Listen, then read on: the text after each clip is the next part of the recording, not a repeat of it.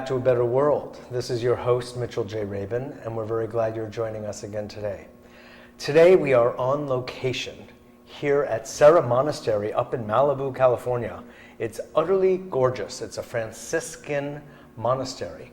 And we have with us a non-Franciscan monk, well, sort of, a very special gentleman who we've had on the show before, Christian Opitz from Germany. Christian is a scientist, he's a nutritionist. We had the joy and pleasure of meeting each other in Golden City, India a few years ago. He is a man who has been on a journey and committed to his own health, well-being, and that of, well, all the people who are fortunate enough to come into contact with him. Christian is a man who has done a tremendous amount of study over the course of decades, actually, into the subjects of health, nutrition, neurology, science, physics, and spirituality.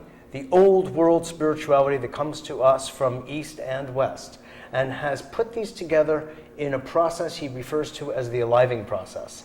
And we're here for a 5-day retreat experiencing that. And it's really a pleasure and a joy to have Christian with us today, so you can learn directly some of the component parts of what this workshop is about that Christian is teaching in increasing number of places across the planet. Hello, my dear friend. Hello, always a pleasure to be with you. Glad to have you. First of all, what in a phrase would you say is the Aling Process? The Aling Process is a way of intentionally healing embodiment shock. Embodiment shock is a term that was coined by Dr. William Emerson, one of the great early pioneers of prenatal psychology, and I would add of prenatal spirituality as well. Mm-hmm. And William Emerson recognized early on, coming from a background of being an obstetrician, that the soul coming into physical incarnation, even at the point of conception and even prior to that, begins to experience a reality in this physical world it is not accustomed to, and often has no other choice but to react with something we call now embodiment shock, which is a certain level of recoiling, dissociating from experience. And the reason for that simply lies in the overwhelming and bewildering nature of these very early physical experiences. When we look at the journey of the two gametes we all come from as physical beings, the egg cell and the sperm cell, we can see that they go through epic, heroic, and also violent journeys. Where, for example, at ovulation, the egg cell who is ovulating, who is receiving enough of that FSH hormone to make it grow, also leaves its ovary with the experience of having left behind other egg cells around it that will now die, that will perish. Sort of like an individuational process. Because of that fierce competition that if you are the successful egg cell, you won. And there's a lot of guilt, and many of the religious mythologies of original sin can have their origin right here. This original sense of defilement, of I did something wrong. And I have this term called core wrongness that I believe most people can really relate to, this fundamental sense, which is not a conscious thought, that something's wrong about me. Some inherent, intrinsic something. Right, and it can start right there. Yeah. And then you look at the journey of the egg cell falling through the fallopian tube without being able to influence its own movement, having the first really deep experience in physical life that we ever have of surrender, which can be both exhilarating and uplifting, but also frightening. You look at the sperm cell, which is the only cell in human life that ever has an experience outside its own body, which is as alive. Which has staggering implications, also often reflected in the male psyche. And then it enters the journey to outer space, so to speak, leaving our own sphere. And you know, it's interesting that in the history of rocket science, there has never been one meaningful invention that came from a woman, even though in so many scientific fields you see all these, you see women catching up and taking over men's positions and so on. Never happened in the field of rocket science, which is such a recapitulation of ejaculation. Starting rockets, and then the sperm cells, of course, they enter the female body and they are met there with violence because the female immune system has this very strong reaction against these invaders, which is what some people believe, like William Emerson and Carlton Terry believe, to be the reason for male violence towards women. Because it's somehow crazily this feeling of revenge, of getting even for this early terrible experience. Our first encounter with the yin didn't go so well for the young. So because it is so enveloped by the egg, because of its relative size. Well, that's later when they meet in conception, but just entering the female body, there's the immune reaction against the sperm cell. So these are just a few short examples, and we could talk, for 10 hours and never get to the bottom of this. And then there is conception where both of these cells lose their individual lives, which is also carrying with it in a lot of implications about our fear of losing our individual identity, which of course is very important spiritually, because at some point we lose the self we used to be in an inner awakening. So it's like everything is a fractal of everything else. The macrocosm is always a recapitulation of the microcosm. Yes, and what I so much appreciate about embracing and honoring embodiment shock and then having a process to actually heal it is that we do not have to willfully go over these early imprints and trying to get enlightened or trying to heal. And the tension, this original tension between the free, vast, infinite being that we are and the limited human embodied life can actually be healed. And then they're no longer at odds. And when they're no longer at odds, one thing drops away that I see so much in the Western, modern-day spiritual culture, which is that people, from good intentions, but in a misguided way, somehow in their minds, try to make transcendent reality and immanent reality of human life into one and the same thing. And it's not. Human life is finite. Our bodies develop, are born, and at some point die. Human life is limited. What you are is unlimited, and they don't have to be one and the same thing in order to completely peacefully coexist and overlap. As usual, you're bringing up a subject that is just replete with controversy and discord. But that's the way it's supposed to be. I want to just go back to something earlier, which is this assumption that you make, a presupposition, Christian, that an egg could feel guilt about winning over others. Now, that's an idea that you and I may naturally glide into, if you will, but others won't necessarily. But it's based on the notion that the body, and in fact every single cell, has its own level of intelligence and is its own individual amidst a mass, amidst a larger body, which of course again is a fractal relationship that we have when we look and behold the larger universe.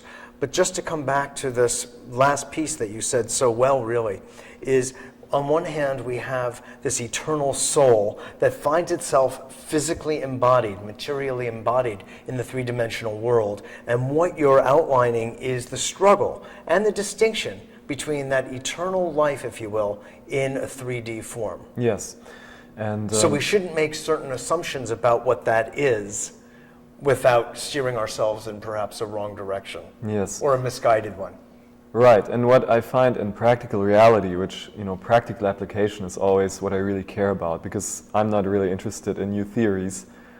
I think we had enough of those already, and I'm always interested in theories that serve the purpose of helping people to awaken to their true being and to bring harmony into their embodied life. And what I find with addressing embodiment shock and addressing these earliest life experiences, which are much earlier than childhood, which is what psychology tends to overfocus on sometimes, right? So what I find with people happening, like we have seen here in the last 4 days, is that there is an effortless awakening to transcendence and an effortless harmonizing of their human lives without thinking much about how to get there. So that attempt of trying to get it right spiritually or emotionally, in the transcendent and in the immanent, that drops away. And I believe my interpretation of why that is because embodiment shock is something real. This is not a theory. This is not something that's based on mystical visions that some people have and others don't. This is something that is based on one hand, medical facts of how we all came to be embodied beings. There is no discord about that. There is no speculation there. And when you even start to share with people these experiences of sperm, egg, conception, implantation, the early phases of pregnancy, and then birth, which is of course another hugely imprinting early life experience, what I recognize in people is a sense of relief. Because finally, here's a theory that is alive in them, in their bodies. And what happens I'll tell you, it's not, you already said it, it's really not a theory. It's based on biology, it's based on medical reality. It's a model that when we talk about, to that extent that we use words as a theory, but it's something that resonates with an alive experience. And there's this great relief that people have when they're finally given an explanation that makes sense to them, not only in their minds, but in their cells. And from there on, in the Aling process now, we have very practical tools that work with a ratio of input and result that I find very satisfying. Exactly. When what happens then is embodiment shock is healing. And it heals rapidly, and people are just always surprised how rapidly this works. What I would like to share with our audience is being here in the workshop, Christian, for these several days, is that I'm noticing in myself and in the people here that through your storytelling, if you will, of the story of the sperm and the egg and what their actual experience is, the embodiment experience, if you will, of the soul, everyone is connecting on some level of their nature to the story that you've been articulating and feeling that we're moving through that canal again, but through in a state of consciousness now. And it's a very beautiful, and as you said so well, a very relieving experience. It's like, someone's telling the truth about what we've experienced that no one has given proper moment to. Do you know? Yes. For myself also, if I may say, that what you're doing here in this workshop also connects, and you're telling the story, you know, Emerson's influence and all of that, to a larger picture of dealing with the ancestry that we talk about in total biology, which fills it out, so to speak. It's the same in utero story, but going back in the genealogy. And when you do that, you see that the story actually has almost a genetic quality. Absolutely. It continues to penetrate into the next generation's lives. And it's possible also to stop being so identified with that story, which is what healing embodiment shock and the approach that I share with people is ultimately about. We need to embrace these difficult early life experiences. So what can happen is that people awaken to transcendence and skip over stuff. And then very easily, teachings of transcendence, they can have a moral tone to them, like, you know, you should let go, you should not be so identified, you should just, you know, not be so much in drama, which ultimately points to something very true. However, it cannot be done by will, and it cannot be carried out by a should implication. And I believe that this is also the reason why we have seen a lot of people who had genuine awakening to transcendence, and yet the human lives, the embodiment of that transcendence, well, left things to be desired.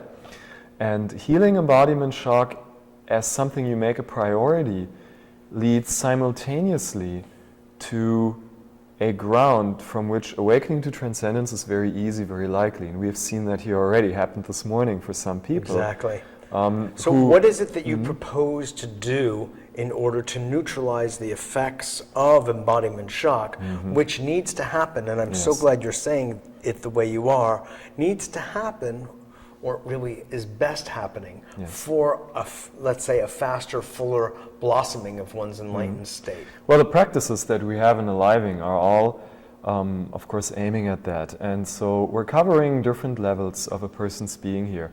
First, we do cover the body with movement and breathing exercises that are very different from most of what's out there. and they very quickly lead to an experience. Neurological exercises, I'd say. Neurological exercises, Fabulous. yes, yeah, which very quickly lead to a recognition in people that this is actually how their bodies want to move and breathe. And so after the workshop, no discipline is involved in continuing, and these movements alone heal some layers of embodiment shock. So many people here, again, have told me how they were doing this simple passive breathing exercise for 5 minutes, and things came up that they never knew about the birth canal that they were in, or women who gave birth, who had a traumatic experience with that, and other aspects of their being came up. So we lay a physical foundation because we hold a lot of embodiment shock in the way we move, in the way we breathe, in the way our body is interrupted in the flow and the continuum of energy alignment. Yeah. So we heal these Flow interruptions. of chi is interrupted that would normally happen according to our way of recapitulating the experience. So rather than trying to cultivate a lot of chi over these blockages, we just do away with the blockages, and then energy cultivation is done by the great Tao, by the great intelligence inside the body, automatically on its own. We don't need to worry about that. So that's one thing we cover. The next is that we work with our awareness in such a way that... By the way, it should be said that you have utterly inverted our understanding of the importance or the way to breathe. Let me put it that way. Right. According to the Buteyko method and others, you have utterly got us standing on our head, if you will, without standing on our head. Absolutely, because deep breathing usually is quite harmful. It actually crystallizes embodiment shock further into the body, and it's unhealthy. You can cultivate energy with it, yes, but not in a way that feels natural to the body. It's a form of well-intentioned violence towards oneself. So in the Aling Process, people learn how their bodies actually want to breathe, and then I don't have to tell them anything about it. They just naturally give up other breathing practices because they feel the violence that's in them. And I've, again, been given this feedback here by people who have done all these pranayamas and so on. Definitely. That have no more interest in doing them. So then as you said, many yoga teachers come, take the class, and they don't feel so much like they want to do yoga anymore. Yes. Or at least pranayama. That can happen. Yeah. And so anyway, please go on. Yes, so then we work with awareness in such a way that we are all aware, of course, of limiting patterns we have in our lives that we can easily correlate to embodiment shock. We have patterns of being very identified with things we like about ourselves, dislike about ourselves, and the sadness to me about this whole industry of self-improvement is that they're catering to this internal tension between positive and negative life experiences and self-image issues and so on, and they're telling people this complete fiction that you can get to just the positive side of a duality, which never works because that's not the nature of duality. So what people discover in the like sitting on one side of the seesaw and not expecting the other one to go up. Exactly. So what people actually experience in the Aling Process, it's a direct experience, is that trying to improve your life is what keeps you miserable. Trying to only get to a positive self-image keeps a negative self-image in place. So in the Aling Process, we neutralize polar opposites so that you, for example, do not need any more self-confidence because you also not suffering from a lack of confidence. So the whole issue of confidence goes away. Self-esteem goes away. Positive thinking becomes... The whole subject of these goes away. Yes. Positive thinking becomes an absurdity that you would never even, get any interest in pursuing. So what we get people to is the great leveler. a first sense of a non-dual consciousness when relating to life issues, together with a deep, vulnerable self-empathy, which is the yin part of feeling. The yang part of feeling is this discernment, this looking through these dualities in a way that's experiential, that's not mental, but directly experienced in consciousness. And the yin part is the vulnerable embrace, where we see all this is really a fiction, but that doesn't mean we devalue it. Much like when a child is sad over something that just in the worldview of the child is a big thing, like having lost a favorite toy. For you as an adult, it's not a big story. But also for you as an adult, seeing through that, your natural reaction is this great empathy where you hold the child. And it's, on the one hand, not something you take serious at all, and on the other hand, it's the most sacred thing in the universe at that moment. So we're bringing together... It allows love to flow, is what you're saying. We're bringing together this yin embrace and this yang complete looking through the story. Yeah. So that's what we do. Your work having to do with neutralizing the opposites, number one, as well as fully embracing the reality of duality is brilliant. It really is. You're bringing forth an advanced level of understanding of the way the universe works. And in the face of so much propaganda about so many things in the psychopop world, it's really, really refreshing. I thank you for it, truly. Move on to one of the other sections of what you continue to do in the Aliving Workshop.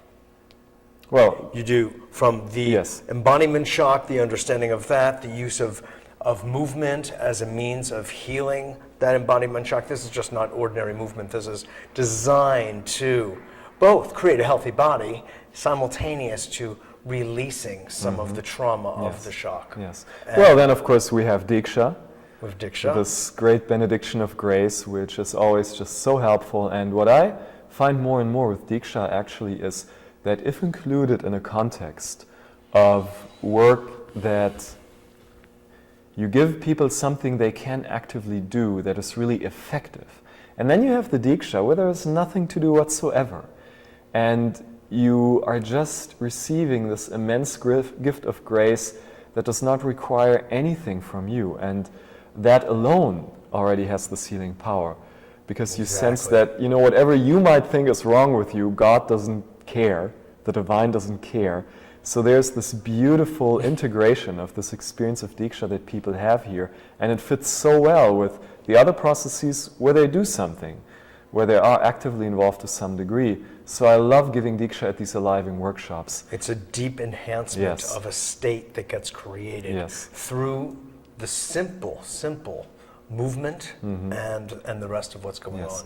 So Diksha is an important part. It's very dear to my heart. Actually, my love for Diksha has really increased through sharing the Aliving process. When it's within a context, first of all, in itself, it's magnificent. Yes. And when in a context of all these elements, I feel it even reaches a higher point of and also, I have this value. I have this very clear sense that Diksha itself as an energy and also the whole oneness movement is evolving to a point where I find it's just becoming more and more effective. It's also my experience with going to Golden City, where I've done 3 courses so far, and each one was better than the previous one. So looking forward to go back there again. So this is an important part, and people also really often, you know, connect deeply with the oneness movement, because here you have something that gives such a gift of grace to people without being a cult, without requiring a membership, without requiring them to, you know, all wear the same clothes and imitate the accent of the guru or all this stupid stuff. Or shave our heads. Right. Who needs to do that, right? So with Diksha, one of the things that you taught me actually when we were in Golden City was that your nutritional habits, your dietary habits, and the use in particular of herbs from the Amazon rainforest help to cultivate a state and maintain the state of Diksha. By having these high-level biophotonic nutrients. Well, there are 2 things to that. One is, of course, speak. ultimately divine grace is, you know, unconditional and beyond everything, and people have great awakenings and benefit from Diksha while being on shitty diets. So that can happen. So we shouldn't, you know, we should... It's not a causal relationship. No, it's not a causal relationship. It can be great support if you feel drawn to it. Sure. And it's also important to see that Diksha is transcendent of everything and anything we do or don't do. But that said, since Diksha, as is self-realization. Yes. Since Diksha is a neurobiological process that's aiming at and accomplishing a decrease of overactivity in the parietal lobes and in parts of the brain that give us a sense of fundamental life stress and survival mode when they're overactive, and then an activation of the frontal lobes, which physically anchor God consciousness, unity consciousness, emptiness consciousness. Well, this is much easier. It fills the brain with emptiness consciousness. Exactly. This is much easier for the brain to go through if it can relax about its physical survival because it's fed nutritious food. If we have malnutrition, the brain has a reason to believe that survival is threatened because the way most people eat, it is. And there's this ripple effect. If in one area of your life you have actual survival threats going on, well, then it will be more difficult for the brain to relax about survival mode in other areas as well. So our nutrition carries over into our relationship with the divine and the universe and the purpose of life and all that stuff. If the brain is occupied with survival, it will not be attentive to our other values. That's where super nutritious foods and high energy foods that are harvested and processed in this very ethical way, like the Amazon herbs, come in, because they are an energetic attunement to this pure, unadulterated life force from the Amazon rainforest, and they're also carriers on the physical level of the most potent nutrients that you cannot find in man-made supplements ever, or in man-cultivated foods. So a diet of organic whole foods that includes the fresh greens in form of green smoothies, that includes good fats, and that includes then these Amazon rainforest herbs, is a really nice support.